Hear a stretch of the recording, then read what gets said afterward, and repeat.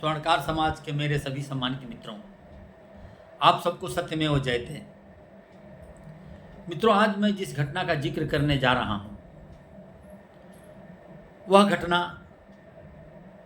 पौराणिक काल की है, जब भारत में बौद्ध धर्म का पतन हो रहा था और ब्राह्मण धर्म, जिसे वैदिक धर्म भी कहा जाता है, वह अपनी स्थापना के लिए हाथ पांव मार रहा था। बड़ी संख्या में ब्राह्मण इस धर्म की स्थापना के लिए प्रयास में लगे थे और उन्हीं में से एक लड़का, एक किशोर जिसका नाम शंकर था, वह ब्राह्मण किशोर देश में पुनः वैदिक धर्म की स्थापना का संकल्प लेकर भारत के सभी दिशाओं में भ्रमण के लिए निकल पड़ा। वह किशोर भारत के जिस भी दिशा में जाता, वहाँ के विद्वानों से, वहाँ के आचार्यों से वैदिक धर्म के विषय में शास्त्रार्थ करता और उसकी स्थापना के लिए उनसे परामर्श लेता और आगे बढ़ जाता। विभिन्न स्थानों पर विभिन्न प्रकार के संतों को शास्त्रार्थ में पराजित कर वहाँ पर वैदिक धर्म की नींव डालते हुए वह बालक धीरे धीरे आचार्य की मान्यता पा गया और फिर शंकर के साथ आचार्य नाम का उपाधि जुड़ गया और अब वह किशोर शंकर एक परिपक्व शंकराचार्य था, जिसे इतिहास आदि शंकराचार्य के नाम से जानता है।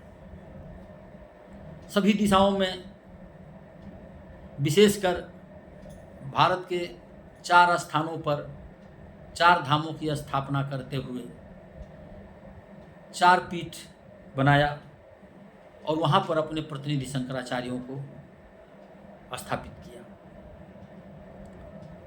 इस क्रम में जब शंकराचार्य काशी नगरी पहुँचते हैं, जो उस समय भारतीय अध्यात्म का केंद्र था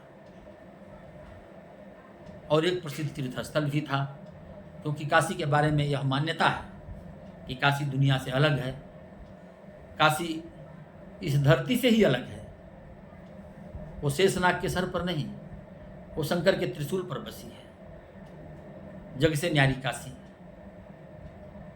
परंतु काशी में शंकराचार्य के साथ एक और घटना घटित होती है। शंकराचार्य जब अपने शिष्यों के साथ गंगा स्नान करके मणिकर्णिका घाट के संकरी गलियों में प्रवेश कर रहे हैं, उसी समय सामने से अचानक एक चांडाल अपनी सुअरों को लिए हुए घुसता है। एक तरफ शंकराचार्य और उनके शिष्यों की टोली है, एक तरफ अपने सुअरों के साथ वो चांडाल है। आज भी वो गलियां कितनी पतली हैं, बनारस आने जाने वाले देखते होंगे। उन सकरी गलियों में कोई सुअर उधर दौड़ रहा है, कोई सुअर इधर दौड़ रहा है। आगे आगे गूं गां करते हुए सुअरों का दल, पीछे हो हा है करता हुआ वो चांडाल, और एक तरफ हरिनाम जपते हुए शंकराचार्य और उनके शिष्यों की टोली। कैसा अद्भुत दृश्य था। दो तरफ दो परिस्थितियां, एक तरफ अनियंत्रित सुअर, उसके पीछे उनका मालिक चांडाल, एक तरफ नियंत्रित सकुचाए हुए शंकराचार्य के शिष्य, और धीरे धीरे क्रोध में आते हुए शंकराचार्य, दोनों आमने सामने। शंकराचार्य के सब्र का बांध टूट जाता है और वो जोर से चिल्लाकर कहते हैं, चांडाल तो रुक, वहीं रुक और नियंत्रित कर अपने सुअरों को। चांडाल हतप्रभ आश्चर्यचकित होकर के शंकराचार्य की तरफ देखता और पूछता है, आचार्य, परमात्मा का जो अंश आत्मा बनकर आपके भीतर है, वही मेरे भीतर भी है। जो आत्मा आपके भीतर है और आप बोल रहे हैं चांडाल, अगर वो आत्मा मेरे भीतर नहीं है तो फिर यह निर्जीव शरीर हिल भी नहीं सकता। और यदि वही आत्मा जो आपके भीतर निवास करती है वो मेरे भीतर भी है, तो फिर आप आचार्य क्यों और मैं चांडाल क्यों? शंकराचार्य हतप्रभ होते हैं। आश्चर्यचकित होते हैं।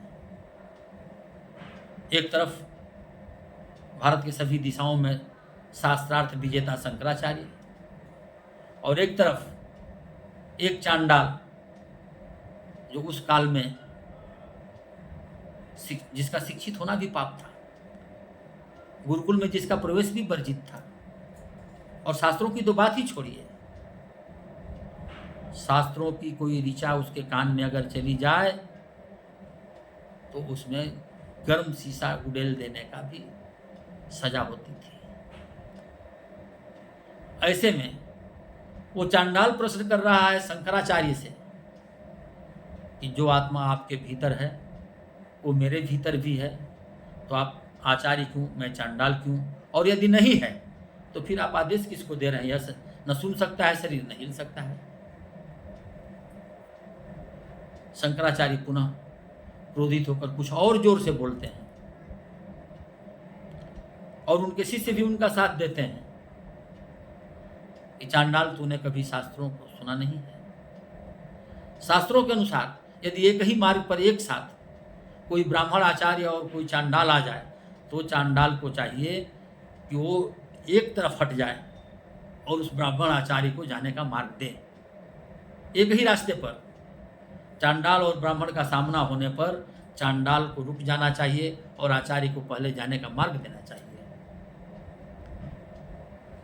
चांडाल और अधिक आश्चर्यचकित हो जाता है, बड़ी बड़ी आंखें निकालता है, चेहरे पर आश्चर्य का भाव, और उतने ही जोर से चिल्लाकर वह भी कहता है, आचार्य, जिन शास्त्रों को पढ़ने से आपने शूद्रों को मना कर रखा है, फिर एक चांडाल से शास्त्र सम्मत व्यवहार की आशा क्यों रखते हैं? बिजली की तरह शंकराचार्य को यह आवाज है, वज्रपात हो जाता है उनके ऊपर। आश्चर्य से आंखें बंद कर लेते हैं कि एक चांडाल ने उन्हें धर्म बता दिया, उनको ज्ञान करा दिया कि मनुष्य से मनुष्य का नफरत करना, एक इंसान से एक इंसान का घृणा करना, यह कभी धर्म नहीं हो सकता। शंकराचार्य ने आंखें बंद कर ली और तब उनको साक्षात शिव का दर्शन हुआ। तब उन्हें पता चला यह तो मेरे भगवान शंकर है, यह कोई चांडाल नहीं है। शंकराचार्य दौड़ कर जाते हैं और चांडाल के कदमों में सर रख देते हैं। इस घटना से हमको पता चलता है कि मानवता से बड़ा कोई धर्म हो ही नहीं सकता है। इस धरती पर यदि कोई धर्म है तो मानवोचित व्यवहार हैं, मानवोचित कर्तव्य हैं और मानवोचित व्यवहार है। शंकराचार्य और चांडाल की इस घटना को बहुत से लोग अधूरा दिखाते हैं, अधूरा बताते हैं और कोशिश करते हैं यह बताने का कि उस समय ब्राह्मणों के हृदय में शूद्रों के लिए बहुत सम्मान था। नहीं मित्रों, ऐसा नहीं था।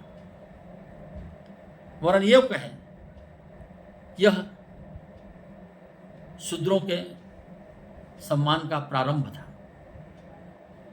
हालांकि बाद में इस परंपरा का कोई पालन नहीं हो सका और मानवता की जगह सामाजिक विद्वेष, जातिगत घृणा, कोई पूज्य कोई अछूत, इस भावना ने भारतीय समाज में अपना घर बनाया। भारतीय समाज वर्णों में, जातियों में टुकड़े टुकड़े करके बट गया और आज इसीलिए यह राष्ट्र किसी भी देश के सामने अपने आप में कमज़ोर है। इसलिए मेरा यह भी निवेदन होगा अपने समाज से कि मानव को मानव से अलग करने का कोई प्रयास न करें, छुआछूत को बढ़ावा न दें, अंधविश्वास को बढ़ावा न दें और भारतीय समाज को भारतीय ही रहने दें। यही हमारी पहचान होनी चाहिए।